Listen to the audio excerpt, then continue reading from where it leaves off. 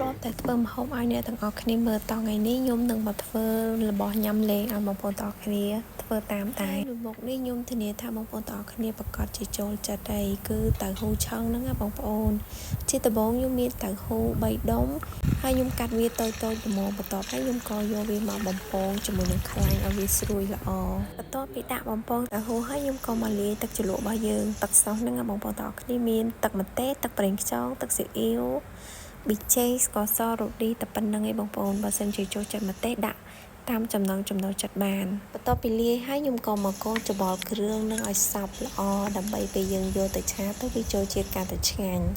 ហើយឥឡូវនេះតៅហ៊ូរបស់យើងក៏ក្រៀមដែរខ្ញុំបានប្រែវាទៅម្ខាងទៀតហើយខ្ញុំពងនឹងគឺរៀងជ្រុលបន្តិចបងប្អូនគឺវារៀងជ្រុលក្រៀមខ្លាំងពេកតបហើយខ្ញុំក៏ស្រង់វាឲ្យស្រស់ខ្លាញ់បន្តិចហើយខ្ញុំក៏រៀបចំមកឆឹងហ្មងសម្រាប់ការឆឹងគឺអត់មានអីពិបាកទេបងប្អូនគឺគ្រាន់តែដាក់ប្រេងអូលីវដាក់ខ្ទឹមបំពងឲ្យឈ្ងុយហើយទឹកសដែលយើងបានលាយមុនមិញហ្នឹងគឺយើងដាក់ចូលហើយយើងចាក់តៅហ៊ូរបស់យើងចូលច្បល់វាចុះឡើងឲ្យវាសព្វគ្រឿងល្អហើយ